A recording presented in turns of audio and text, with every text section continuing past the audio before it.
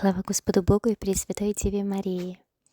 Переживаем Пасху Господа Бога, так что хочу с радостью сказать: Христос воскрес, Иисус живет. Иисус вчера, сегодня и вовек тот же. И вот я хочу рассказать вам о книге «Езус жыве», написано на белорусской мове священником католическим, миссионером Эмильяном Тардыфом. Это сообщение будет на 2 языках. Я надеюсь, что Господь позволит вам все понять и так спокойно принять, что я буду использовать 2 языка. Я хочу сейчас зачитать первые строчки этой книги, где священник Эмильян Тардыф рассказывает сам о себе и о случае, который изменил его жизнь.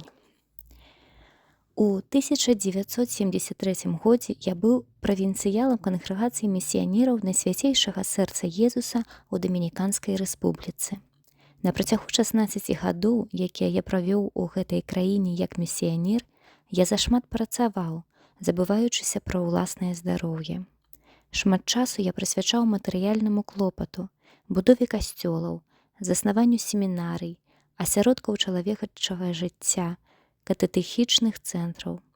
Я заўжды знаходзіўся ў пошуку грошай на будаўніцтва і харчаванне для нашых семінарыстаў. Пан дазволіў мне весці такую актыўную дзейнасць да таго дня, пакуль з прычыны надмернай працы я не захварэў. 14 чэрвеня 1973 года падчас сустрэчы руху хрысціянскіх сем'яў я адчуў сябе вельмі дрэнна. Мяне мусілі адразу ж адправіць у нацыянальны медыцынскі цэнтр. Стан быў такі цяжкі, што я не спадзяваўся перажыць ночы. Я сапраўды думаў, што хутка памру.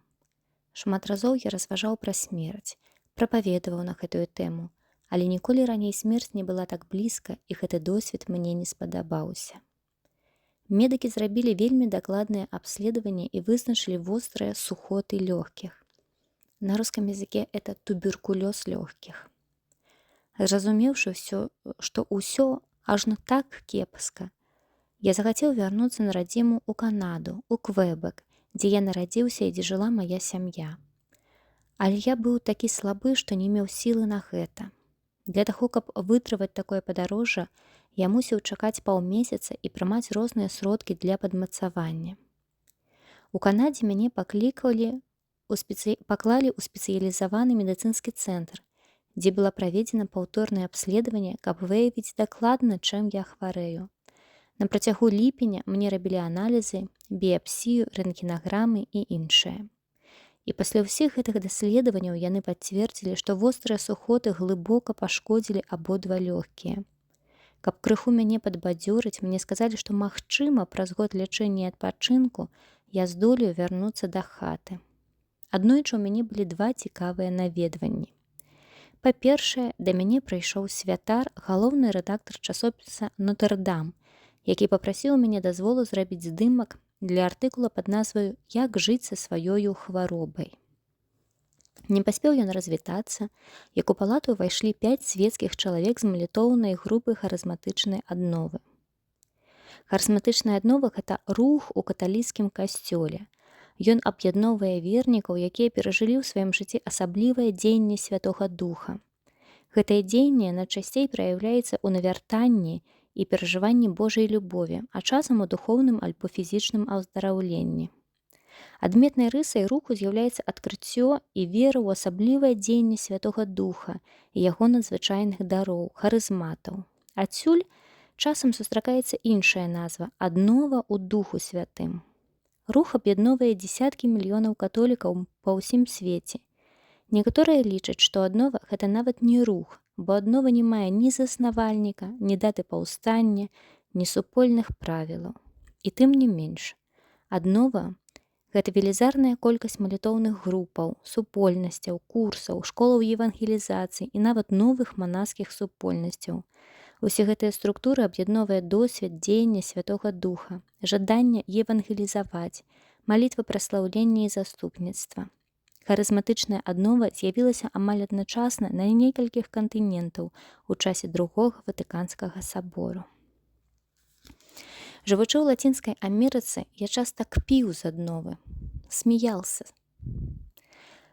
Казаў, што Дамініканскай рэспубліцы патрэбны не дар моваў, а сацыяльныя перамены. І вось цяпер да мяне раптам прыйшлі харызматыкі, каб бескарысліва памаліцца за мяне. Гэтае наведанне мелі дзве цалкам адрозныя мэты. Першую, каб прыняць хваробу, другую, каб ацаліцца. Я падумаў, што нядобра было б мне святару-місіянеру адмаўляцца ад малітвы, але, шчыра кажучы, я прыняў яе больш з ветлівасці, чым з пераканання. Я не веру, што простая малітва можна вярнуць мне страчанае здароўе. Гэтыя людзі гаварылі з моцным перакананнем. Мы будзем зараз рабіць тое, што напісана ў Евангеллі. На хворых будуць ускладзены рукі, і яны выздаравеюць. Менавіта так мы будзем маліцца, і Пан аздаровіць цябе.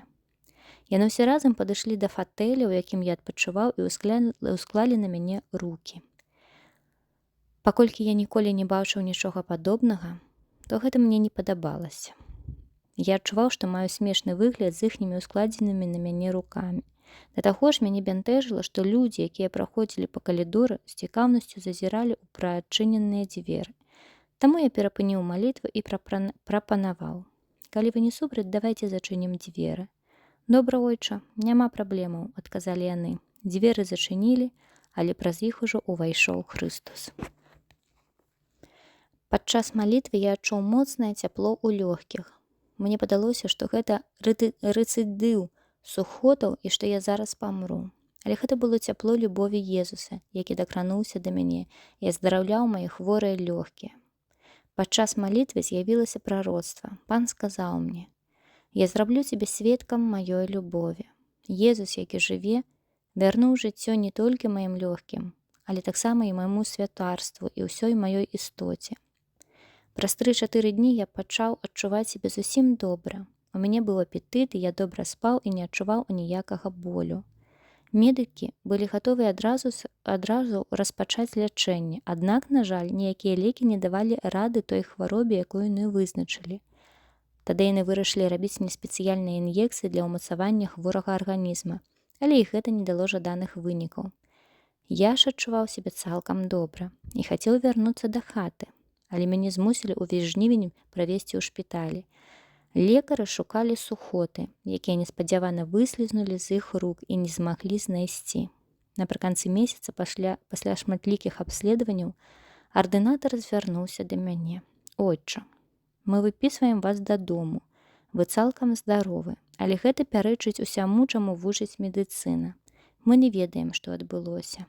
І пасля, паціскаючы плячыма, дадаў: «Ойча, вы адзіны такі выпадак у гэтым шпіталі». І ў маёй кангрэгацыі засмяяўся я ў адказ. Я выйшаў са шпіталя без рэцэптаў, без лекаў, без спецыяльных рэкамендацый. Прайшоў год, які я павінен быў правесці ў шпіталі. Я вярнуўся ў Дамініканскую рэспубліку. Настаятель накіраваў мяне працаваць у парафію ў гарадок Нагуа. Адразу ж па прыездзе я сабраў каля 40 чалавек, каб даць ім сведчанне аб сваім аздараўленні. Памятаю, я запрасіў хворых наблізіцца, каб маліцца за іх. На маё здзіўленне, хворых прыйшло больш, чым здаровых. Тым вечарам Пан Бог аздаравіў 2. Грамада сабраных выбухнула вялікай радасцю, а тыя, хто атрымаў аздараўленне, паўсюль сведчылі пра гэта. Вось так проста распачалася гэтая гісторыя, і мы не маглі ўявіць, якой яна будзе цудоўнай. И дальше в этой книге он описывает свою историю уже спустя 10 лет, когда он путешествовал по разным уголкам мира. И в основном это были бедные, забытые, труднодоступные места земного шара. Где-то его принимали радостно. Люди всегда принимали радостно, тем более видя исцеление по 100 человек и больше, давая свидетельство, прославляя Бога. Тысячами человек собирались люди. Он также проповедовал для священников и вел для них реколлекции. И когда описывал это, он говорил, что у Господа Бога определенно интересное чувство юмора, и оно точно есть, потому что, говорит, я миссионер из какой-то забитой глухой деревни, приезжаю проповедовать для докторов, профессоров костела, И они скептически относятся ко мне с этими чудесами. Они говорят о том, что болезнь нужно принять, что вы лишаете людей нести крест, а обещаете им исцеление, такую легкость и оздоровление. Но при том люди, которые сами болели, очень жаждали этого исцеления и оздоровления. И среди них также были священники. И на таких встречах очень умных, а, можно сказать, имеющих такую большую-большую теологическую подготовку людей, случались исцеления скептиков, и это решало всякие проблемы. Господь действует так, как ему хочется. И однажды на одной из страниц, давая разъяснение на частый вопрос, который задавали священнику Эмилиану Тардыфу, вопрос: а почему вот там вот происходят такие исцеления, а вот где-то в Лурде, допустим, очень известном месте во Франции, место паломничества, тоже происходит много физических, известно больше с физическими исцелениями, как и духовными в том числе, но больше физическими. Оказывается, что чудесных исцелений, вот исследуют каждое исцеление, не так уж и много. И отец Емельян говорит: вы знаете, эти люди, к которым я ездил, Конго, французская Полинезия, Доминиканская республика, очень много больных людей, очень много за крайней чертой бедности. И они не имеют возможности ни получить медицинскую помощь, ни какую-либо другую помощь. Единственное, что у них есть, это надежда на Бога. Если Господу было угодно сделать таким образом для них исцеление и оздоровление, чтобы укрепить их веру, чтобы показать, что Он жив, и они для них важны сегодня, что Иисус вчера, сегодня и вовеки тот же, то почему же не позволить Ему это сделать? В любом случае, в каждом случае человек должен использовать те средства, которые Господь ему дает. И если, например, это уже я дополню мысли от себя, я так сделала вывод, что если мы имеем возможность идти к врачам, мы должны идти к врачам. Если не имеем, то обращаться, имея возможность идти к врачам, конечно, молиться, опять просить и верить, но использовать все возможные средства. Не говорят: не буду пить лекарства, потому что они имеют побочные эффекты, я боюсь. Но если такой путь Господь дает в том месте, в то время, где мы живем, то мы это используем. Для кого-то Он использует другие способы ввиду обстоятельств и времени, где живут эти люди. Господь приходит не только в явных чудесах, без вмешательства человека, но Господь приходит очень часто просто через людей. И чтобы увидеть, что это непосредственное действие Бога, а не стечение обстоятельств, нужна вера. Хотя бы маленькая вера, как пишет Емельян. Когда он исцелился, он написал об этом. Я практически, говорит, не имела веры. Я действительно разрешил помолиться над собой только из вежливости. Но и эту веру Господь использовал, чтобы потом я мог свидетельствовать, я мог рассказывать о том, что Господь сделал в моей жизни. И вот на 46-й странице этой книги, которая называется «Иисус живе», есть такие слова, которые мне показались очень важными вот к той теме, которую я хочу раскрыть. Мы очень хотим, чтобы все люди спаслись. Думаю, что все, кто услышит эти слова, захочет, волнуется о своих родных, близких, о самом себе. Но мы не можем их заставить или требовать, чтобы они верили. Но Господь благословляет нас к такой евангелизации. Я убедилась на личном опыте, что это лучший способ сделать что-то доброе в жизни другого человека, рассказать ему, что Господь сделал в твоей жизни, и позволить ему на это посмотреть и сделать выбор самому. И эти слова я прочитала в книге, поэтому процитирую их. Сёння у нас ёсць патрэба не ў новым Евангелии, а ў новой евангелизации. Это то, о чем говорил святой Ян Павел II. У тым, каб моцна і ўпэўнена абвяшчаць, што Христос жыве, распавядаючы не пра мноства тэорый, якія мы дзесьці пачулі і прачыталі, але пра наш уласны досвед. Опыт. Сёння мы павінны евангелізаваць моцаю Духа Святога, каб нашаму прапаведаванню спадарожнічалі знакі і цуды, якія павінны быць звыклай справай у святле Евангелия. На кангрэсе ў Манрэале ў чэрвені 1977 года, это уже прошло 4 года, как он исцелился, и началась новая история его жизни, прысутнічала больш за 65 чалавек, якія запоўнілі алімпійскі стадыён падчас заключнай святой імшы. Быў там і кардынал Рой, 6 біскупаў, 920 святароў. З другога боку ад алтара сядзеў мэр горада, а побач з алтаром размясціліся больш за 100 хворых на інвалідных вазках. Мы маліліся за хворых. Увесь стадыён праслаўляў Бога, калі адна жанчына, Рос Эмэ, якая 11 гадоў пакутавала ад цяжкага склероза, неспадзявана паднялася з вазка і на вачах усіх пайшла. Услед за ёю 1, 2, 3 хворых таксама падняліся на ногі. 12 паралітыкаў падняліся з інвалідных вазкоў і пачалі хадзіць. Людзі пляскалі ў далоні і плакалі, перапоўненыя эмоцыямі. Сам мэр горада румзаў, як малое дзіця. Бо калі Бог аб'яўляе сябе, няма вялікіх людзей, усе становяцца малымі. Ён плакаў ад шчасця і наплыву эмоцый. На наступны дзень галоўная газета горада апублікавала артыкул «Ашаламленне на алімпійскім стадыёне. Кульгавыя ходзяць і паралітыкі рухаюцца». Манрэальскі «Le Journal» выйшаў з загалоўкам «Хворыя ўстаюць са сваіх ложкаў і ходзяць». Але гэта зусім не дзіўна, што хворыя атрымалі ўздараўленне. Было больш дзіўна, калі б яны не аздаравіліся. Нас бы ўразіла, калі б Хрыстус не стрымаў сваіх абяцанняў. Памятаю, як на наступны дзень са мной рабілі інтэрв'ю для тэлебачання і запыталі: «Ці вы не лічыце, што ўсе гэтыя аздараўленні адбыліся дзякуючы вялікай супольнасці, эмоцыям, апладысментам людзей?»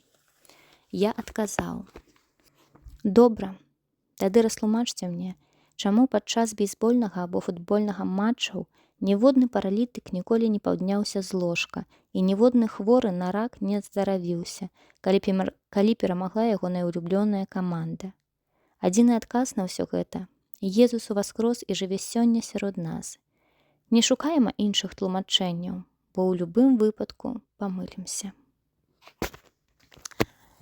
Я хотела бы ответить на более скептический вопрос.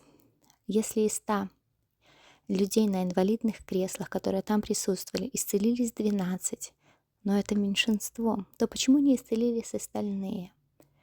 Я думаю, что у Господа есть определенный план для каждого из нас. Но и еще повторю мысль, которую вот я пытаюсь внести через вот это, например, этой книги, что мы должны использовать всегда все те средства, которые дает нам Господь. Если имеем нужду в исцелении, в том числе и физическом, как и духовном, и физическое тоже немаловажно. Говорят, что оно маловажно, говорят те, кто не испытал серьезных проблем со здоровьем, которые сильно убивают жизнь, удручают дух. Кто испытал это, болезнь себя или, не дай Бог, детей своих, близких, то будет молиться о физическом исцелении. Но если позволишь Господу действовать, принимаю, что ты это мне позволил этому войти в мою жизнь. Болезни — это средство сатаны. И я уже делилась с вами своим открытием, что Господь просто гениален. Он позволяет нам самим убрать зло, его силой, конечно, но нам самим, таким вот выбором нашим, убрать зло из нашей жизни, принимая болезнь, например, ту же болезнь, принимая болезнь, желая исцеления. Но суть, я принимаю, это со мной случилось, слава Господу. И если мы принимаем эту болезнь, и в ней начинаем искать силы, чтобы в ней жить, чтобы болезнь не сделала нас черствыми, а позволила все равно и в болезнях, и в болях, и в трудностях, и в огорчениях и в одиночестве, что очень часто сопровождает болезнь, любить, быть верным, заботиться о других и о себе, прославлять Бога в этой болезни, то эта болезнь, как меч, вот который пришел черт и хочет поразить нас этим мечом, А Господь, если мы принимаем это с любовью, разворачивает этот меч в сторону этого черта и говорит: вот тебе оружие. Твоя болезнь — это твое оружие против конкретного зла. Вонзи в него, он уйдет. Прими эту болезнь.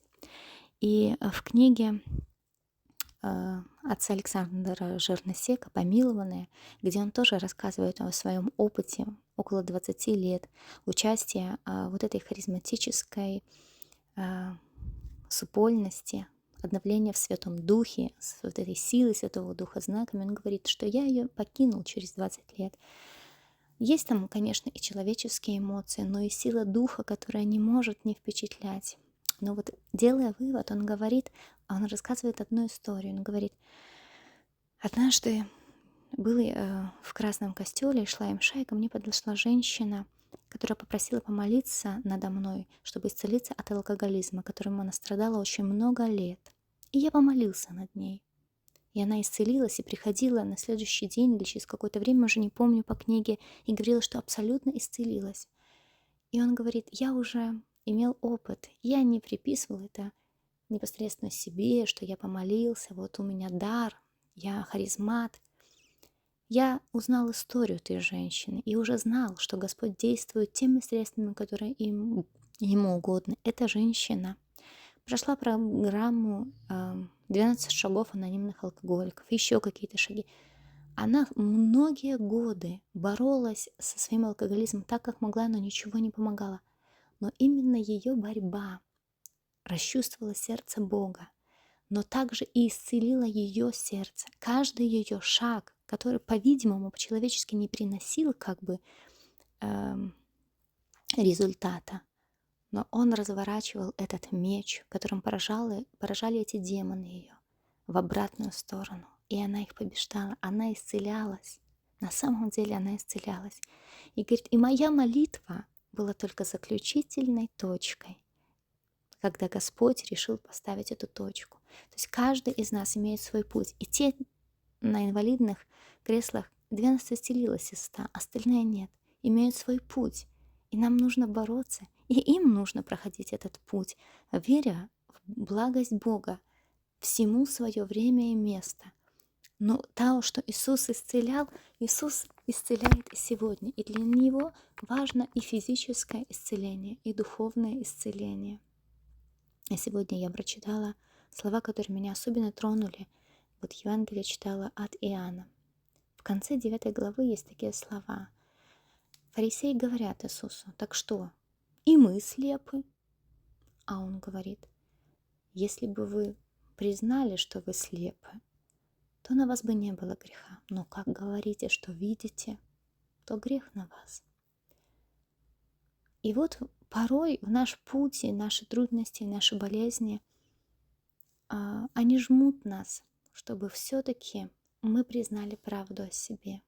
И эта правда сделает нас свободными. Если мы говорим: все нормально, нормально у меня, но все-таки что-то ненормально, вот эта загвоздка не дает признаться перед Богом, что я требую этого исцеления. Если нормально, нормально у меня, то значит не требую ничего и не прошу. Но это лишь мои рассуждения. Із книги Емельяна Тардифа. Сучасний світ шукає людей духа, християнських пророкаў, натхнённых Духом Святым. Калі ж не знойдзе іх, то пойдзе да яснабачцаў, а гэта вельмі небяспечна. Касцёл — гэта няспынная пяцідзясятніца, а не няспынная рацыяналізацыя. Апошние слова кардинала, это было на одной из встреч, нагадали ему одну показку, но это типа анекдот. Аднойчы Езус запытаў у вучняў: а вы кім лічыце мяне? Сымон Пётр падняўся і адказаў: ты эсхаталагічная тэафанія, якая анталагічным чынам падтрымлівае інтэнцыйнасць нашых пасвядомых і інтэрперсанальных рэляцый. Езус, шырока расплюшчыўшы вочы, і здзіўлена перапытаў: што?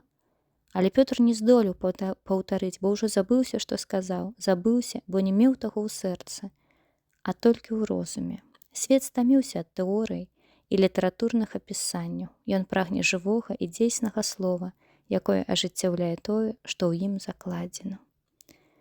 Сёння касцёлу больш патрэбныя сведкі, чым настаўнікі, сказаў папа Павел VI.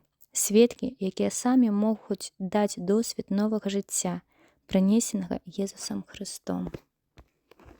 Аднойчы мяне павезлі паглядзець на грандыёзную гідраэлектрастанцыю ў Ітапу ў Парагваі. Яна сапраўды ўражвала.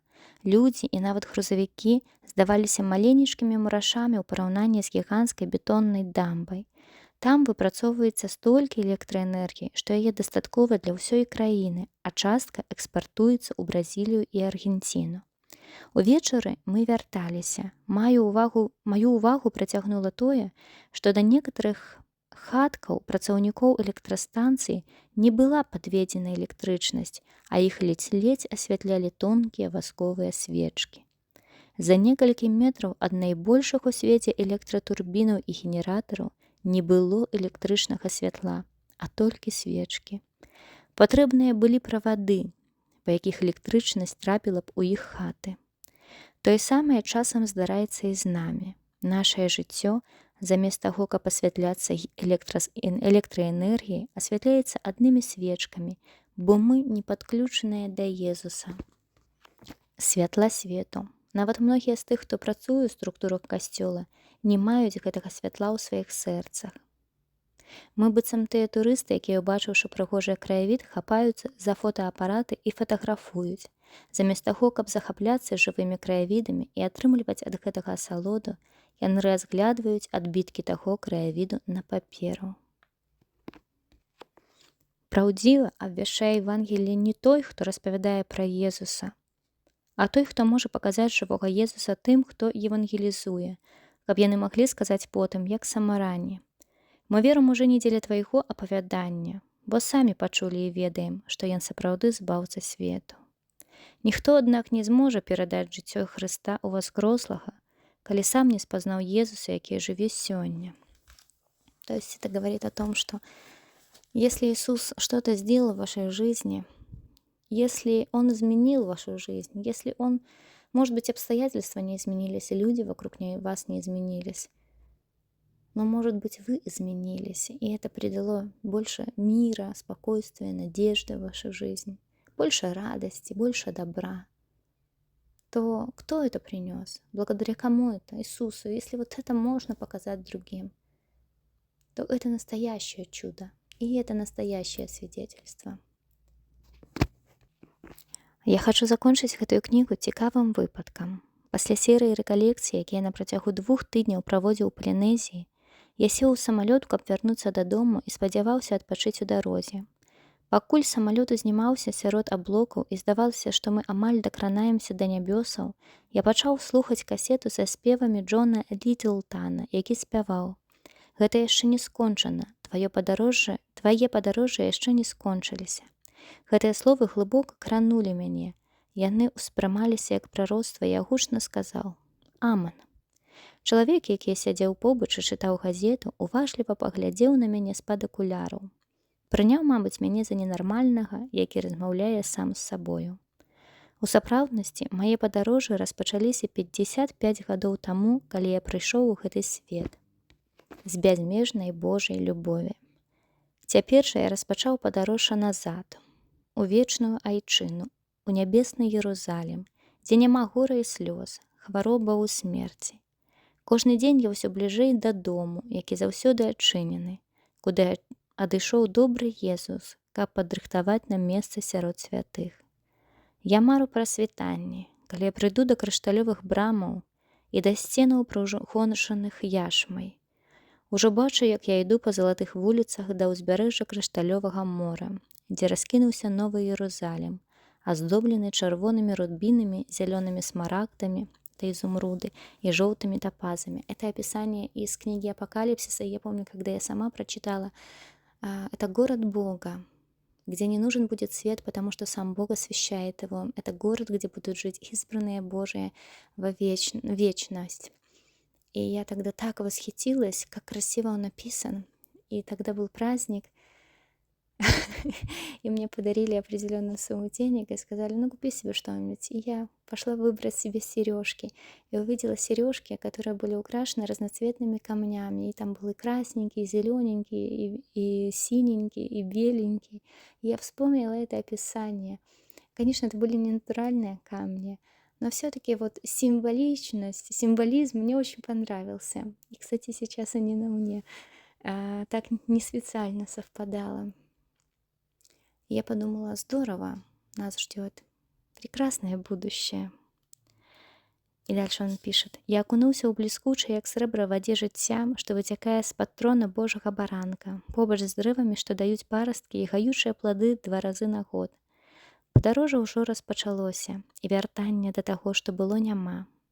Як лань, што прагне напіцца з крыніцы жывой вады, так душа мая і цела прагнуць усклікаць ад радасці ў прысутнасці жывога Бога. Імклівы вецер усё хутчэй узнімае мяне да нябеснага Єрусаліма. І толькі з аднае прычыны я жадаю, каб маё падарожжа працягвалася як найдаўжэй, з прычыны п'янкога галавакружэння, што выклікае ў мяне чаканне. У імкненні вока на гук трубы я ўбачу яго тварам у твар. Ён атрымае мяне ва ўласнасць, а я атрымаю яго, калі апынуся за сцяной святога Сіёну.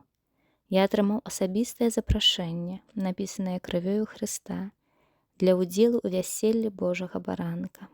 Нявеста чакае ўжо, уся ў аздобах, у дарах і харызматах, упрыгожаная дыядэмаю з зорак і сонца. Яе адзенне расквечанае цнотамі, а вочы яе зяюць агнём умілаванага жаніха. У апошнія гады я быў сведкам Божых учынкаў любові і міласэрнасці. Калі яго дзеі такія велічныя, які ж тады велічны ён сам? Калі промні яго міласэрнасці такія яркія, то як жа ён сам зяе ў святле праўды? Таму, ці то я лячу ў самалёце, ці забіраюся на хрыбет восліка, я нястомна спяваю. Узрадаваўся я, калі мне сказалі: пойдзем у дом пана. Вось стаяць нашыя ногі ў брамах тваіх Єрусалім. Это Псалм 122. И он завершает свою книгу 139-м псалмом. «Пан мой, Бог мой, хочу звернуться до Тебе з апошнімі словамі. Пане, Ты выпрабаваў мяне і пазнаў. Ты ведаеш, калі я сядаю і устаю. Здалёк разумееш мае думкі. Ці іду, ці адпачываю Ты са мною. І ўсе мае шляхі вядомыя Табе. Яшчэ няма слова на маім языку, а Ты, Пане, ўжо ведаеш усё. З усіх бокоў мяне ахінаеш і кладзеш на мяне сваю руку. Цудоўнае для мяне разуменне Тваё, недасягальнае. Не магу спасцігнуць яго. Куды пайду ад духа Твайго, і ад аблічча Твайго куды ўцяку. Калі ўзыду на неба, Ты там. Калі спачну ад хланні, Ты побач. Калі вазьму крылы зарніцы і перасялюся на ўскраіну мора, нават там рука Твая мяне павядзе, і Твая правіца будзе трымаць мяне.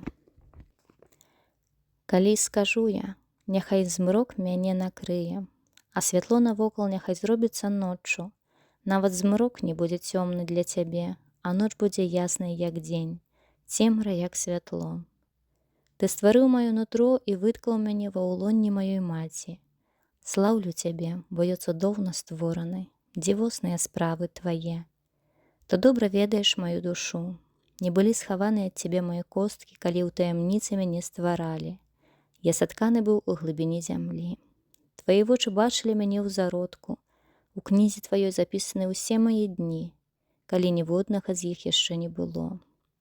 Якія каштоўныя для мяне Твае задумы, Божа, якая вялікая іх лічба. Калі лічу іх, то іх больш за пясок. Калі я абуджаюся, Ты зноў са мною».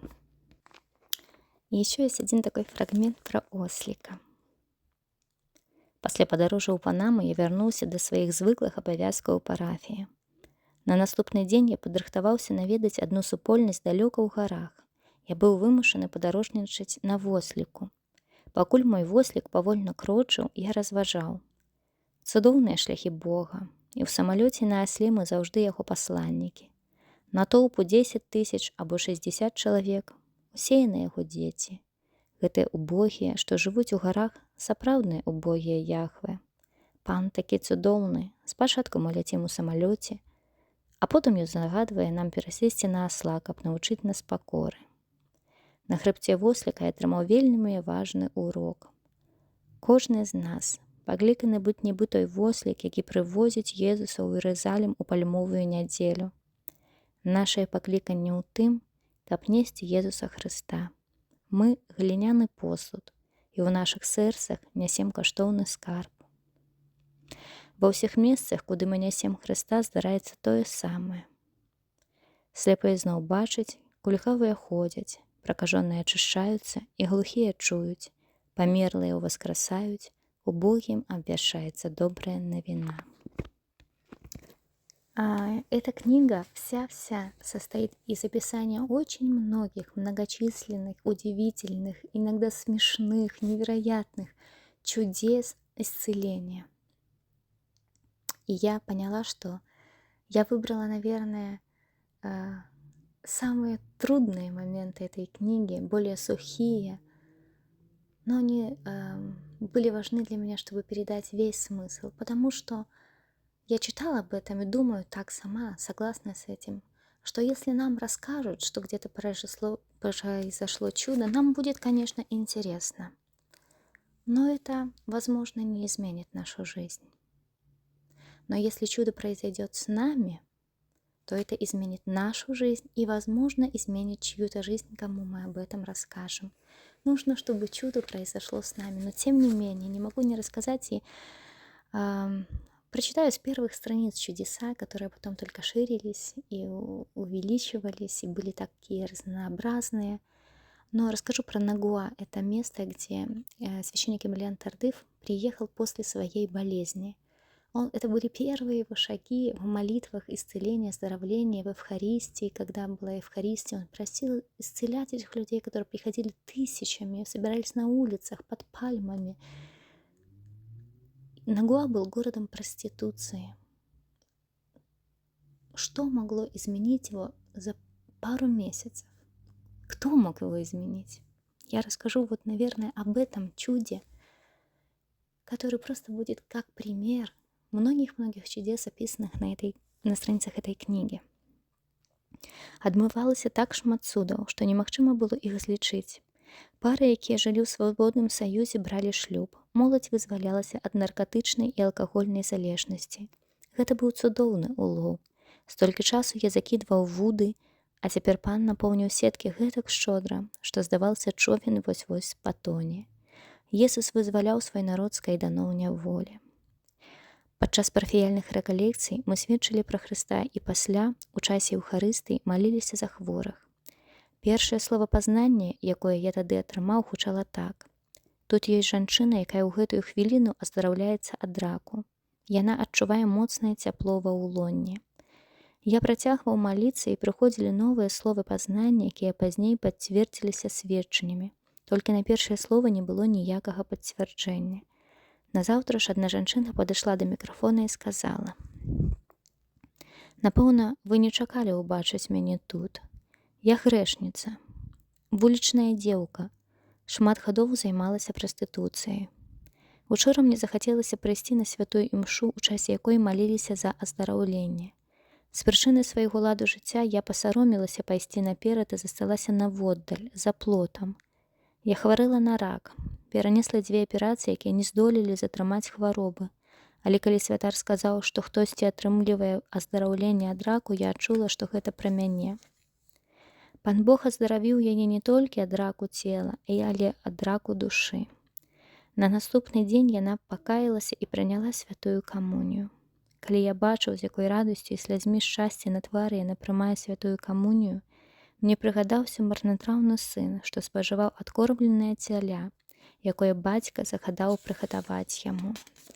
Яна ж прымала самого Божага баранка, які бярэ на сябе грахі свету, які ачысціў і яе душу, ды перамяніў жыццё.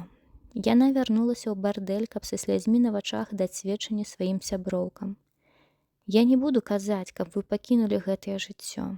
Я толькі хачу расказаць вам пра свайго сябра, Езуса, які адкупіў мяне і змяніў маё жыццё. Яна распавяла ім пра сваё аздараўленне і навяртанне, а пасля папрасіла дазволу арганізаваць малітоўную групу ў самім бардэлі. І кожны панядзелак гэтыя дзверы зачыняліся для граху, а сэрцы адкрываліся для Езуса. Там была малітва, чытанне Божага слова і спевы. На гэтым пан не скончыў свайго дзеяння ў гэтым месцы. Праз год былі арганізаваныя рэкалекцыі для 47 гарадскіх прастытутак. На ўласныя вочы бачыў я моц Божай міласэрнасці. Было пакаянне, навяртанне і споведь. 27 жанчын адразу пакінулі сваё ранейшае жыццё. 21 адна працягвае ісці па Божаму шляху. Некаторыя нават сталі катэхэткамі. Іншыя лідарамі малітоўных групаў, якія пераканаўча сведчылі, як міласэрная Божая любоў перамяніла іх. З 21 публічнага дому па вуліцы Марыяны Пэрэса засталося толькі 4. Удзельнікі той малітоўнай групы наведвалі гэтыя дамы, і пан Бог з іх дапамогай перамяніў іншых жанчын. Варта згадаць яшчэ адзін выпадак, што здарыўся з жанчынай з тых, пра якіх Езус сказаў, што яны раней за кніжнікаў і фарысеяў трапяць у нябеснае валадарства. Дыяну закранула Божая любоў, і яна цалкам аддала сябе пану. Але яе аднаўленне было маруднае і балючае. Аднойчы яна нават вярнулася да старога ладу жыцця з прычын матэрыяльных праблемаў. Калі яна аддалілася, пан сказаў ёй: «Дыяна, калі хтосьці ідзе за мною, ён крочыць у святле, і яму нічога не будзе бракаваць». Яна пакаялася і зноў прыйшла да пана. Яна нават стала катэхэткаю і вельмі моцна сведчыць на розных рэкалекцыях аб Божай міласэрнасці. Яна належыць да евангелізацыйнай групы, і многія святыры хацелі б мець такую моц у абвяшчэнні новага жыцця у Езусе, якую мае Дыяна. Паводле афіцыйных звестак, у Нагуа было прыблізна 500 публічных дамоў. Больш за 80 з іх зачыніліся. Не ўсе кабеты навярнуліся, але кожная пачула пасланне пра жывога Езуса. Многія з тых дамоў, якія служылі граху і эгаізму, ператварыліся ў дамы для сустрэчаў малітоўных групаў. Гэтыя змены былі настолькі выразныя, што людзі пачалі гаварыць: Нагуа быў горадам прастытуцыі, а стаў горадам малітвы. Прыклад Нагуа сфармаваў у нас разуменне значнасці харызматаў у евангелізацыі. Гэта не якаясьці там дадатковая аздоба, а рухавік у евангелізацыі. И дальше священник Эмилиан Тардыф говорит о том, что это не первоочередное чудеса, но они сопутствуют тому, когда мы рассказываем, что Иисус сделал в нашей жизни. Это такая помощь Божья, которую дает Иисус тем, кто искренне может рассказать, что Иисус сделал в их жизни. В этом правда. Когда мы несем свою правду, когда мы признаем свои грехи, когда мы показываем вот это мужество рассказать свой грех перед большим количеством людей, но в здравом смысле обычно мы это укрываем, это нормально, мы хотим спрятать все самое плохое. Но какая-то сила внутри нас заставляет нас открывать рот и говорит: вот так вот было, я такой вот был. И вот пришел мой Иисус, тогда и спас меня, и вот какая моя жизнь, и вот как Он исцелил, и меня, мои отношения. Это нерационально. Это не то, как мы принято делать. Мы принято прятать все плохое, подмазать, подкрасить и приукрасить. Но в этом вот одно из харизматов, может быть, да, Святого Духа, сила говорить правду, не теряя собственного достоинства. Так что Иисус живет. И вот по таким знакам, ну какая еще сила? Кто еще способен так изменять жизнь? Иисус. И мы говорим: Иисус, я знаю Его. При этом продолжая бороться за свою веру. Многим людям, которые испытали большую силу, например, в обращении, да, жизни к Богу, все равно приходят мысли: а если Бог? И они продолжают бороться. Это не значит, что они уже стали святыми, или что им легко все дается, или у них нет проблем. Но они говорят: но Иисус вчера, сегодня и вовеки тот же. Он со мной. Слава Господу Богу, Пресвятой Деве Марии навеки. Христос воскрес и живет с нами. И в нас.